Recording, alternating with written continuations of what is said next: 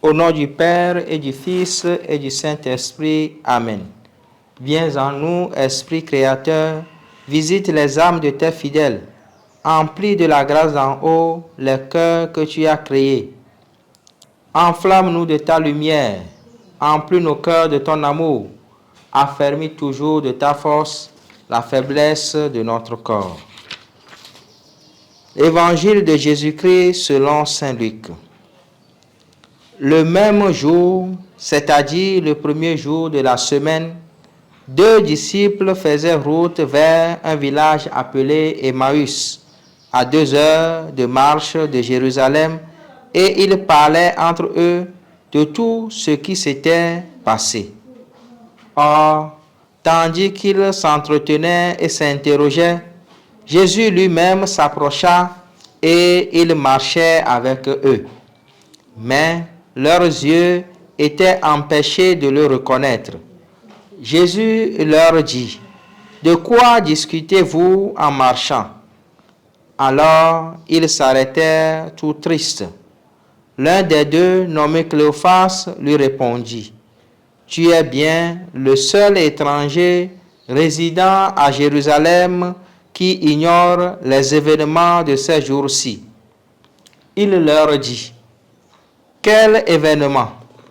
Ils lui répondirent, « Ce qui est arrivé à Jésus de Nazareth, cet homme qui était un prophète puissant par ses actes et ses paroles devant Dieu et devant tout le peuple. Comment les grands prêtres et nos chefs l'ont livré, ils l'ont fait condamner à mort et ils l'ont crucifié. Nous espérions que c'était lui qui allait délivrer Israël. Mais avec tout cela, voici déjà le 3e jour qui passe depuis que c'est arrivé. À vrai dire, des femmes de notre groupe nous ont remplis de stupeur quand, dès l'aurore, elles sont allées au tombeau, elles n'ont pas trouvé son corps. Elles sont venues nous dire qu'elles avaient même eu une vision, des anges qui disaient qu'il est vivant. Quelques-uns de nos compagnons sont allés au tombeau et ils ont trouvé les choses comme les femmes l'avaient dit. Mais lui, ils ne l'ont pas vu. Il leur dit alors, « Esprit sans intelligence, comme votre cœur est lent à croire tout ce que les prophètes ont dit, ne fallait-il pas que le Christ souffrit cela pour entrer dans sa gloire ?» Acclamons la parole de Dieu. Louange à toi, Seigneur Jésus. Frères et sœurs en Christ, aujourd'hui 2 novembre 2022, toute l'Église célèbre la commémoration des fidèles défunts. L'évangile de ce jour nous décrit la merveilleuse rencontre de Jésus avec les disciples d'Emmaüs. Tandis que l'autre disciple et Cléophas s'entretenaient et s'interrogeaient, Jésus lui-même s'approcha et il marchait avec eux. Tant de fois, nous aussi, nous avons beaucoup d'interrogations sur notre histoire et sur la vie sociale. Nous nous entretenons et nous confions à des personnes de confiance qui peuvent nous écouter et nous aider. L'étranger de l'Emmaüs, Jésus ressuscité, continue de s'inviter à nos rencontres et à nos échanges. Il n'est pas toujours facile de l'accueillir.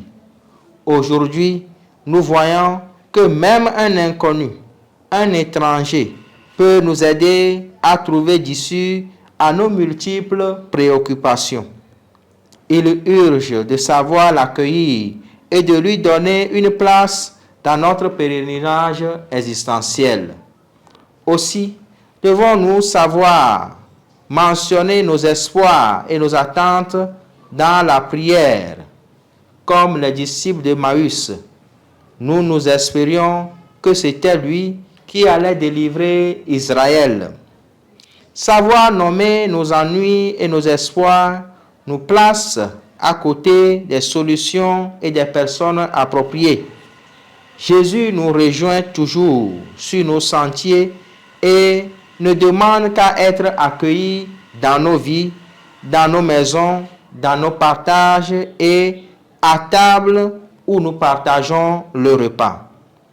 Sa puissance nous aide à donner un sens à nos souffrances. Il nous ouvre le chemin de la gloire. Lui qui a su accepter sa souffrance pour entrer dans la gloire éternelle, saura aussi ouvrir notre intelligence et notre foi en Dieu qui comble tout espoir et affermit l'espérance des hommes.